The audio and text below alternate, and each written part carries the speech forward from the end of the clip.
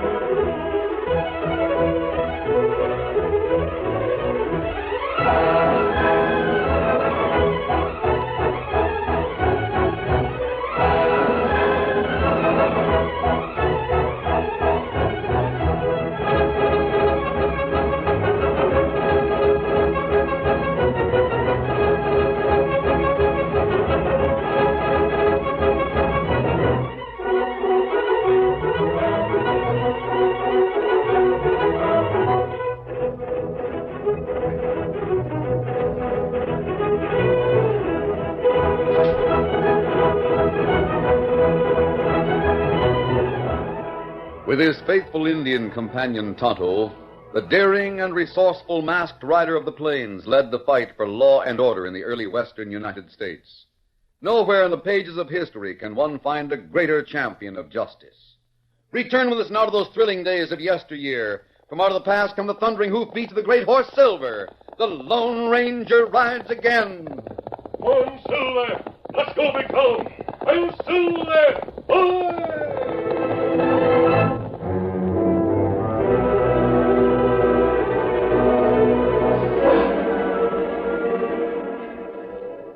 The whole county knew that Colonel Caldwell was dying. Laurie Meredith was the only one who refused to believe it. And it was true that whenever she was in the sick room, he seemed to be stronger, and his eyes would light with their old mixture of kindness and authority. One morning he insisted on talking with Buck Walton, the foreman of the ranch, his nephew Jeff, and Orrin Marcy, Springdale's only lawyer. Laurie objected, but finally sent for them. And when they reached the big house, she arranged the old man's pillows so he could sit almost upright. How's that, Grandfather? That's fine. I wish you wouldn't tire yourself out with business. It can wait a few days. Oh, this won't take long. All right, then. Just a moment, Laurie. Have you seen an Indian around here this morning? An Indian? I haven't seen an Indian around Springdale in nearly a year. What put that idea into your head? Well, I sent a message to a friend of mine. He should be here by now. Call the others. I'll let you talk to them for 15 minutes. Not another second. That should be long enough. Come in, boys. Thank you. Now, mind, Grandfather. I'll be waiting outside here and watching the clock. Good morning, Uncle. You looking fine? I am not. Morning, Colonel. Morning, Colonel. I want to tell you three right off that I don't like anyone here. But you don't like anybody but Laurie, Uncle. That's right. I don't like you because you resigned a good commission in the Army. Come out here to be an ordinary cowhand. Well, that's the only way to learn to be a cattleman. Yeah, but you only learn to ride and rope and have a high old time on Saturday night. You have no ambition. That's why I don't like you. I don't like you, Buck, because you have too much. There's nothing wrong with ambition, sir. There is when you get ahead at the expense of other people. You don't let anybody or anything stand in your way. I've done a good job with the ranch, sir. Yeah, you've been paid well, too, in cattle and money. I still don't like it. Colonel... Yes, and you're next, Orrin. I don't like you because you're a lawyer and you're not a gentleman. I'm a self-made man. So is a successful cattle rustler. I'm an old man and I'm dying. Doesn't matter who I like and who I don't like. Main thing is that in spite of you being such a poor lot, you're the best friends Laurie has. I want you to take care of her after I'm gone. Oh, I sure think. No, you won't be much help, Jeff. I think an awful lot of Laurie. Yeah. You'd like to marry her, Buck. I hope she's got better sense. That goes for you, Orrin, as well. I know I don't stand a chance, but I want to do something to help her right now. What's that? Everybody knows she isn't really your granddaughter. She's just the same as. Yeah, she was raised from a baby by your own daughter. But she was never legally adopted. That means she isn't your legal heir. Now, if you want her to get the ranch, you'd better make a will, Colonel. I have made a will. And you better let me take a look at it. What for? So I can make sure it's in the right form. I'll take a chance on that. All I want is your solemn promise that you'll look out for Laurie after I'm gone. Well, I promise, of course, but... All three of you. I promise. I promise. That's all. I hope one of you can be trusted. Now, on, go away.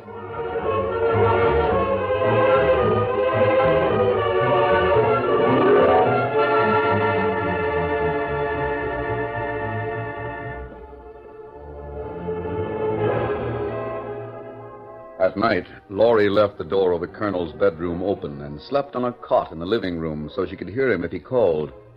It was nearly daybreak the following morning when she woke with a start. Quickly, she pulled a blanket around her shoulders and hurried into the bedroom. It was empty. But from the colonel's office that adjoined the bedroom, she could hear voices, the colonel's urgent and demanding, and another low and reassuring. Laurie picked up a gun from the table and started for the office door. As she opened it, she could see two men disappearing into the night. Adios, Colonel. Goodbye and good luck. Grandfather, Oh, Laurie, I'm sorry you awakened. you get back into bed at once. Tom Silver, get him up, Scout. Who were those two men? One of them was the Indian I spoke of. I saw him. The other one was wearing a mask. Now you get into bed. Yes, ma'am. What are you doing talking to outlaws at this time of night? Here's an outlaw, Laurie. You've got to remember this because, well, I don't trust anybody around here, and you're so young. He's your friend, Laurie. Why, I never saw him before in my life. He's your friend. Just you remember that if you ever have any trouble. He's someone you can depend on. Are you warm enough? Yes, Laurie. Now, don't forget about the masked man. No, I won't. And you go to sleep, Grandfather.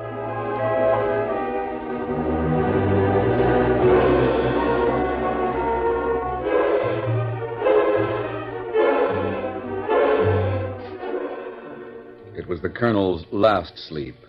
He died at dawn, very peacefully, a smile of contentment on his lips. The funeral was 2 days later. The whole county was there, and it was then that Orrin Marcy asked Buck Walton to stop in at his office the following day at 10 o'clock. When Buck arrived, he found Orrin studying a number of papers spread out on his desk. Sit down, Buck. What's all that? Deeds, bills of sale, different things. They're all from the old gentleman's office. Laurie and I cleaned out his desk the day after he died. Yeah? What's he worth? It's hard to put a value on the land. I'd say about $100,000. Not bad. Buck, you aim to marry Laurie, don't you? If she'll have me. But what if she doesn't have any property? She has, though. I'm not so sure. I've been through all these papers, and there's no sign of a will. There was a will. He said so. Nothing here. You stole it. Why, you dirty, low-down, double-crossing... Sit down. Take it easy, Buck. But what's happened? Why should I do a thing like that? What would I gain by it? Never mind. The answer's nothing. The only one who gains is Jeff. He gets the property. Do you want him to? No, that grinning tenderfoot. Hey, maybe he stole the will. Maybe he did. If he did, he got away with it. Not with me around, he don't. I'll choke the truth out of him. I'll take it easy. There's a simpler way out. How? I could write another will. But the old man's dead. It's got to be signed, hasn't it? Well, with all these copies of his signature around, I think I could find a man to manage it. I think I could manage a few witnesses, too. It'd be forgery. Why call it that? What else would it be? We know the colonel intended to leave a will, and we promised to look after Laurie. We'd be just keeping our promise. That's right. Can you do it well enough to get past the judge in Dalton? I'm sure of it. Yeah. But why should you do it? What's there in it for you? 1,000 head of cattle, or $15,000 on the day you marry Laurie. It's a deal. Good. Now all we have to be sure of is that she will marry you. She will. Ever consider that she and Jeff are mighty friendly? Well, what of it? Well, maybe it'd be safer to get rid of Jeff. How? Fire him? Oh, there's more permanent ways. Such as? Dry gulching, for instance. Don't worry about it. If Jeff gets any ideas about Laurie, I'll put him where his ideas won't matter. I might need your help. For $15,000, you can depend on it. Any time at all.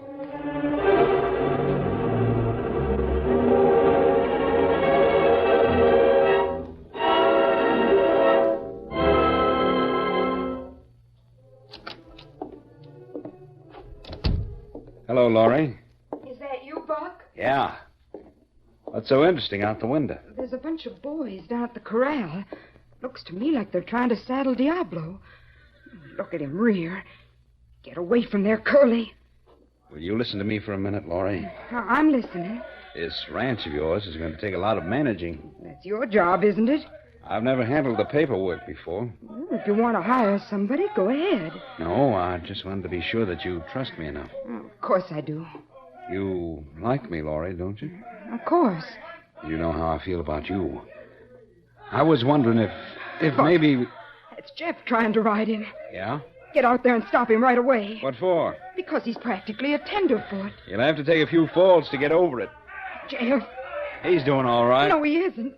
I can see that saddle slipping from here. And if he goes down, the horse will kill him. Nobody will have a chance to... Jeff!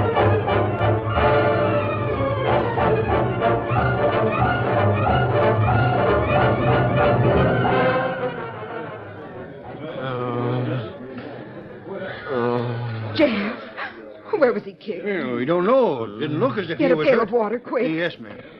Jeff, it's me, Laurie. Can't die, do you hear? I can't lose you and the Colonel both at once. Oh, Jeff. Jeff, I love you. You just can't die. Well, shucks, I don't aim to if you love me. Jeff, The only question is, will you marry me? you were playing possum all the time. Oh, no, not all the time. It was nothing but a trick to get my sympathy. Have I got it? You've got an order from me to ride nothing but your own horse in the future. I don't take orders from any woman but my wife. What's your answer? Here's the water. Oh, give it to me. Now, here's my answer. All right, I give up. I take it back. Oh, no, you don't. You asked me, and you can't get out of it that easy. And I'm saying yes, see? You and me are going to get married just as soon as I can make myself a new dress. Lord.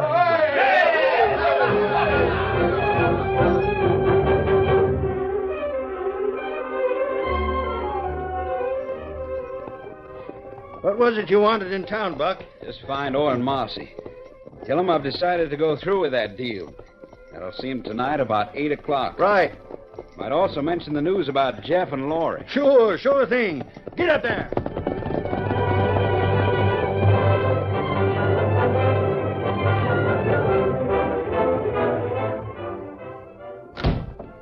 Well, you're on time. Come for your help. I can't be mixed up in it myself, or I wouldn't have a chance afterward. I'm satisfied with my $15,000 from the will. You said you'd help. I got a gent for you to speak to. Come in, Brad. This is Buck Walton. Brad Jenkins. Howdy. How much does he know? He knows who. All you have to tell him is when and where.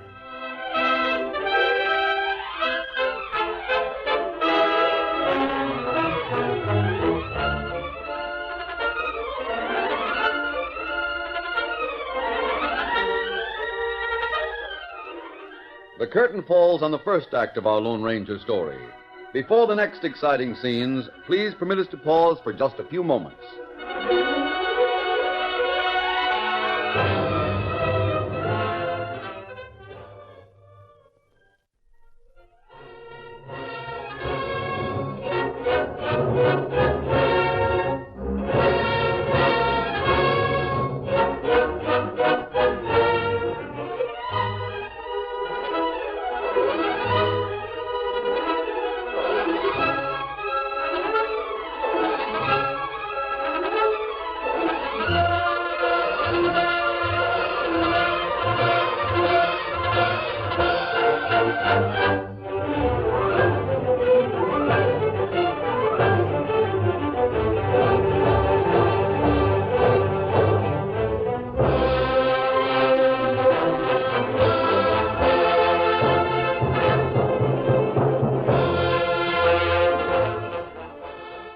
now to continue our story.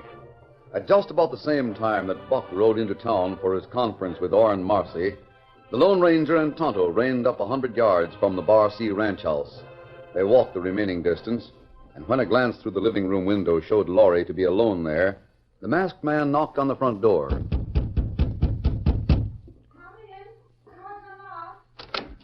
Is that you, Ted? Oh. Don't be frightened, Miss Meredith. I'm not. Grandfather said that you two were my friends. We are. I saw you here the night he died. And I want to explain the reason for our visit that night. He asked you to come, didn't he? Yes, he did. He wanted to give us his will, the will that leaves all of his property to you. He made us promise to deliver it to Judge Carney in Dalton after his death. Well, we've done that, and here's a letter from the judge. But it's all so strange. What is? I thought the will was with the rest of his papers. And when Orrin Marcy cleaned out his desk, he didn't say anything about it being missing. Let me understand you, Miss Meredith. You gave all the Colonel's papers to Orrin Marcy? Yes. Was that the wrong thing to do? Depends on whether the Colonel had any basis for not trusting him. My grandfather was an old man. I don't mean to be He disloyal, had a but... sure instinct about men. That's true, but when you consider he didn't even trust Jeff, his own nephew... Well, that was because Jeff is so young. Well, what about Orrin? Judge Carney is the executor of the estate. That letter you have is a receipt for the will, and it's also a request for the papers you've given away. Oh. Well, I'll get them back from Orrin in the morning and send them over to the judge. I think we better have a look in at Marcy's office this evening. You? But you're Now, master... don't worry about it, Miss Meredith. When we've finished investigating, I'd like to have another talk with you. Tonight? If you don't mind waiting up for a few hours. Not at all. Fine. Then we'll return. Come on, Tonto.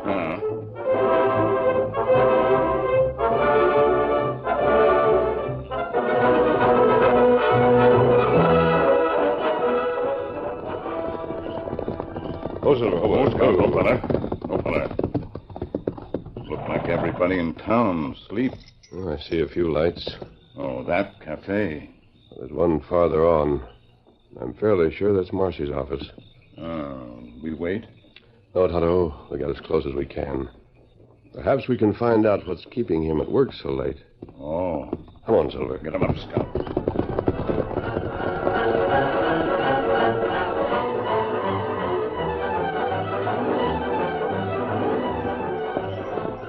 Right up, Tonto. Oh, fella. Steady, boy.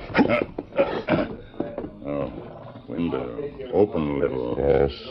There are men in there. Make talk. We'll get as close as we can.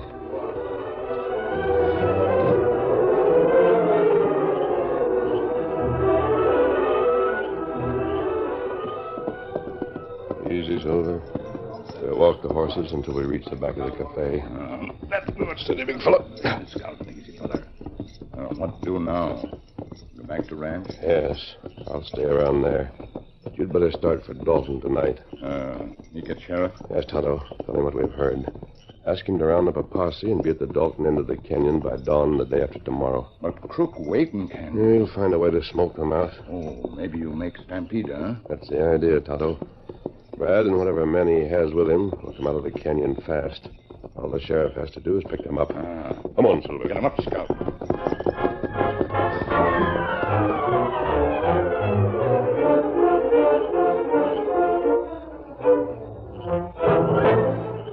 While Tonto headed for Dalton, the Lone Ranger raced back to the ranch house. He asked Laurie to find Jeff and meet him in a wooded draw about a mile away.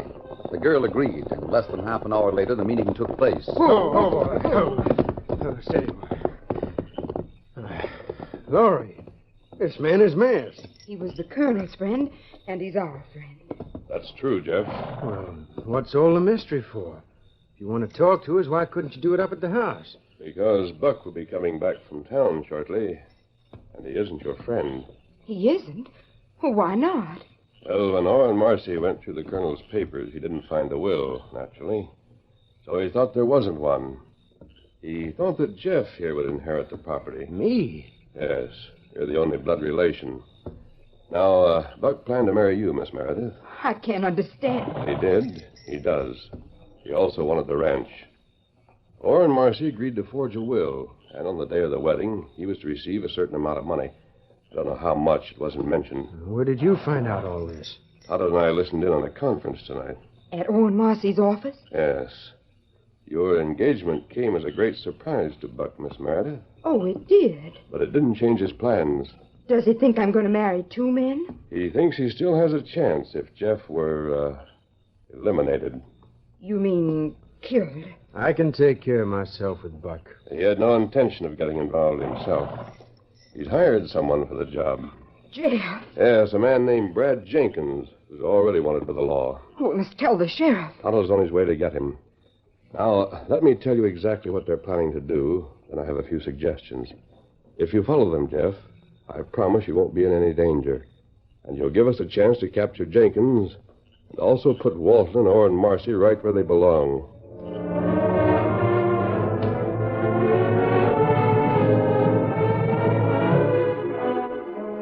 Buck had taken over the colonel's office, and early the following morning he called Jeff in. What about that herd of 200, Jeff? No, I told you yesterday. They're all cut out and rounded up. Ready to drive? Sure. That's good. The buyer over in Dalton wants them right away. You can start driving this morning. All right. You be coming along? Not this time. You'll bed down for the night in the valley just before you come to the canyon. Plenty of grass and water there. Yeah. But get moving early tomorrow. Start through the canyon just as soon as it's light.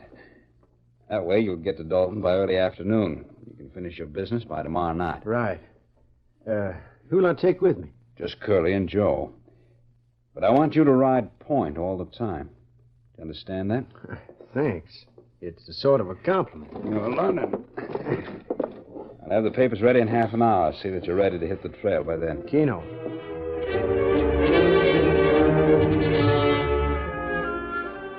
Jeff got the trail herd underway by 10 o'clock. The long, sunny hours of the day passed uneventfully, and the valley was reached before dusk. The cowboys ate their evening meal. Joe was to keep watch on the herd until 12. He had nothing to report when Curly relieved him, and Curly had nothing to report when Jeff took his place at 4. But half an hour later, Jeff saw a flash of white on the rocky trail that descended from the top of the canyon wall.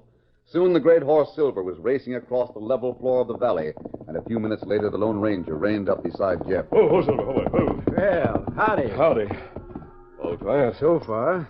You see any sign of them from where you were? Yes, they're waiting about a mile from the entrance, just around the bend. Yeah, I know. A great place for an ambush. Well, we'd better have a talk with your boys right away. You'll have to explain why I'm here and what we're going to do. Yeah. Come on, Silver. Head up, boy.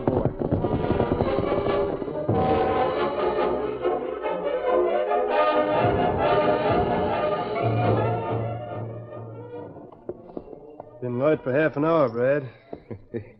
You ain't going to begrudge a guy's last breakfast, are you? Well, they ought to be coming. They will be. All the men placed? Yeah. I don't think much of this job. It's not your place to think. Just shoot.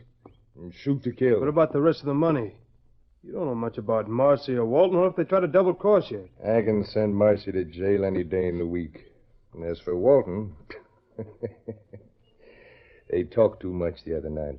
They're playing around with a forged will. Whose? Never mind, that don't concern you. He'll pay, though, one way or another. Hey, what's that? It's our friends. What's wrong? What's all the shooting for? Ah, you're jumpy this morning. That's way back at the entrance to the canyon. I know. Would you ever try to get a herd started up a pass like this? I've served my time as a cowhand. I know you don't have to make any noise like that. Hey, you're right. Wonder what they're up to. They'll have a stampede on their hands, that's what. What's the game? A lot of crazy cows compile around that bend. You'll find out soon enough. Now, listen. Yeah, I hear it. These quarters are too close for me. I'm getting out. Oh, wait a minute. I'll take a look. Get up there. We can get Caldwell someplace else. Ho, boy. Yeah, look at him. Yeah, not a man in sight. Maybe Caldwell went under. We can find out later. Those longhorns can run faster than a horse. Okay. Let's get out of here, men. It's a stampede. Get up there. Go!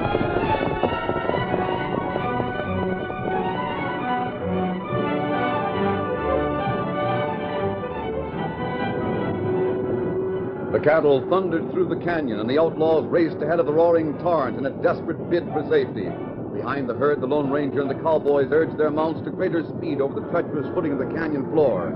At last, the end of the canyon was reached. The leaders of the herd swung to the right and headed down a gentle downhill slope. Brad and his men had swung more to the left and were heading for the cover of a small clump of woods. The masked man and his companions reined up and watched them. Aren't we going after him? Those woods are the only cover around here. I don't think Jenkins will hold in that direction for long. The sheriff? If he's made it in time, he'll be there. Yeah, you're right. Those shots are coming from the woods. And the crooks are changing their minds. Yeah, they're heading back this way. They change their minds again.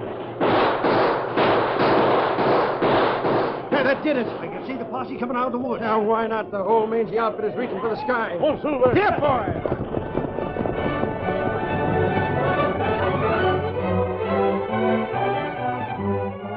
Tonto was with the posse and waiting for the Lone Ranger when he rode up. Together they watched the disarming of the outlaws, and when the job was finished, the sheriff turned to them. This is a fine day's work. We've been after these coyotes for most a year. Have you told Jenkins where we got our information? Huh? What information you talking about? Why, the information about your plans for this morning. I never had no plans. You were going to ambush the trail crew in the canyon. Why do you suppose the sheriff was here? Well, who told you that story? Orrin Marcy and Buck Walton. I told you they'd try to double-cross you. Fix it to get you caught after you did the dirty work. Listen, Sheriff. Nothing happened here, see? There's a lot of worse things on my record. So I don't mind pleading guilty to this. To what? That Marcy and Walton hired me to kill Jeff Caldwell. Now, that makes them guilty of attempted murder, don't it? Will you swear to this? Anytime. I want to see both of them behind bars. Is it evidence enough for a trip to Springdale, Sheriff? It's more than enough. It's plenty. Good. Come on, Silver. Hey, you pick out 5 or 6 men, take these critters into Dalton. We'll give you a hand with that, Sheriff. We'll drive them with our cattle. You don't think much of your cattle, do you? Now, the rest of you are coming with me. 1 more call at Springdale, and 2 more crooks for the calaboose. Let's go!